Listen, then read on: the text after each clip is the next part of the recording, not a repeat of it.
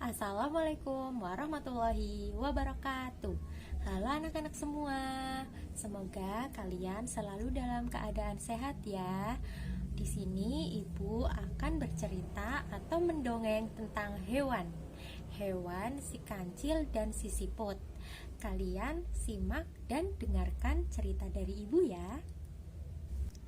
Suatu hari, angin berhembus semilir-semilir, membuat penghuni hutan mengantuk. Begitu juga dengan si kancil. Untuk mengusir rasa kantuknya, si kancil berjalan-jalan di hutan sambil membusungkan dadanya.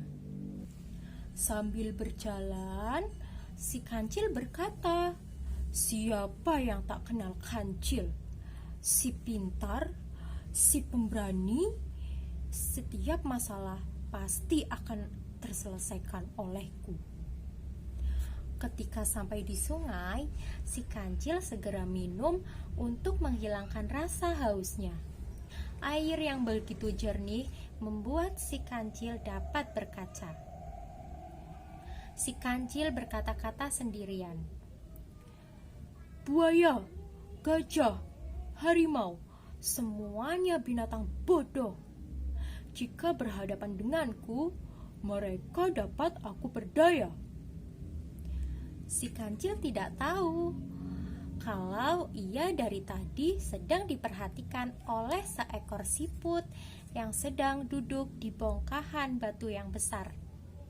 Si siput berkata, "Hei kancil, kau asyik sekali sendirian. Ada apa? Kamu sedang bahagia ya?" Kancil mencari-cari sumber suara itu. Akhirnya, si kancil pun menemukan letak si siput. "Rupanya sudah lama ya kau memperhatikanku, siput yang kecil dan imut-imut." Bukan. Kamu memang kecil, tapi tidak imut-imut, melainkan jelek bagaikan kotoran ayam, ujar si kancil. Lalu siput terkejut mendengar ucapan si kancil yang telah menghina dan membuatnya jengkel. Lalu siput pun berkata, "Hei kancil, kamu memang cerdik dan pemberani. Karena itu aku akan menantangmu lomba adu cepat." Akhirnya mereka setuju perlombaan dilakukan minggu depan. Setelah si kancil pergi, siput segera memanggil dan mengumpulkan teman-temannya. Si siput meminta tolong kepada teman-temannya agar waktu perlombaan nanti semuanya harus berada di jalur lomba. "Jangan lupa, kalian bersembunyi di balik bongkahan batu. Dan salah satu harus segera muncul jika si kancil memanggil. Dengan begitu, kita selalu berada di depan si kancil," kata si siput. Hari yang dinanti tiba. Si kancil datang dengan sombongnya. Merasa ia pasti akan sangat mudah memenangkan perlombaan ini. Siput mempersilahkan kancil untuk berlari dahulu dan memanggilnya untuk memastikan sudah sampai mana ia sampai. Perlombaan dimulai. Kancil berjalan santai, sedangkan siput segera menyelam ke dalam air. Setelah beberapa langkah, si kancil memanggil siput. Tiba-tiba siput muncul di depan kancil sambil berseru, "Hai kancil, aku sudah sampai sini." Si kancil terheran-heran. Segera ia mempercepat langkahnya. Kemudian ia memanggil si siput lagi. Ternyata siput juga sudah berada di depannya. Akhirnya si kancil berlari, tetapi ia panggil si siput. Ia selalu muncul di depan kancil. Keringatnya bercucuran, kakinya lemas dan nafasnya tersengal-sengal.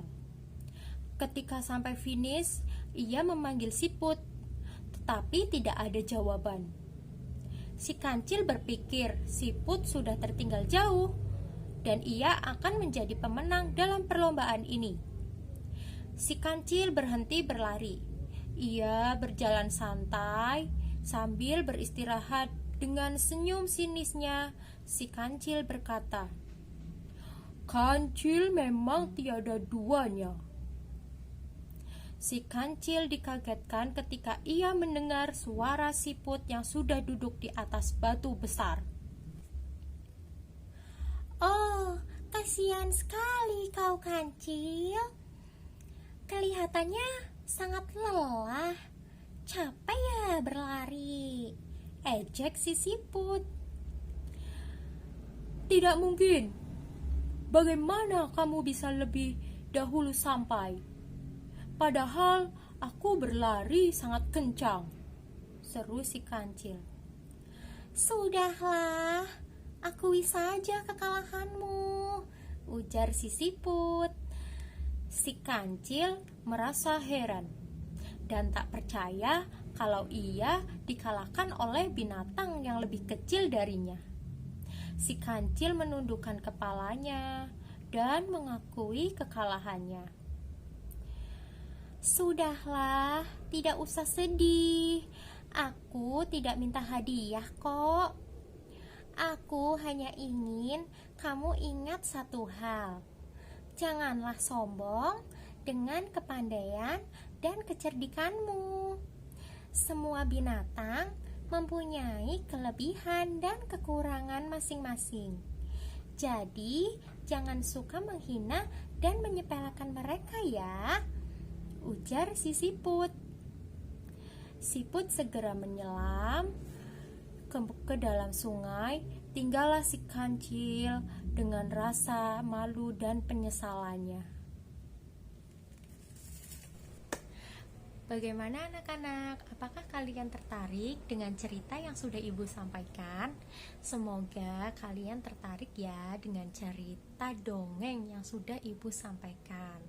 Dari cerita kancil dan siput dapat diambil pesan moralnya. Anak-anak semua, jangan menjadi anak yang sombong dan merasa paling pintar sendiri, seperti yang dikatakan oleh si siput kepada si kancil, bahwa setiap makhluk hidup pasti memiliki kekurangan dan kelebihan tersendiri. Maka dari itu, kita harus banyak bersyukur dengan apapun yang kita miliki. Dan jangan pernah merendahkan orang lain. Bersikaplah rendah hati dan berbagi kebaikan kepada sesama.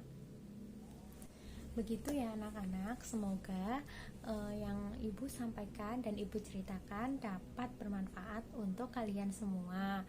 Dan jangan lupa untuk pesan moral yang sudah ibu sampaikan dalam cerita si kancil dan si siput dapat diterapkan dalam kehidupan sehari-hari ya.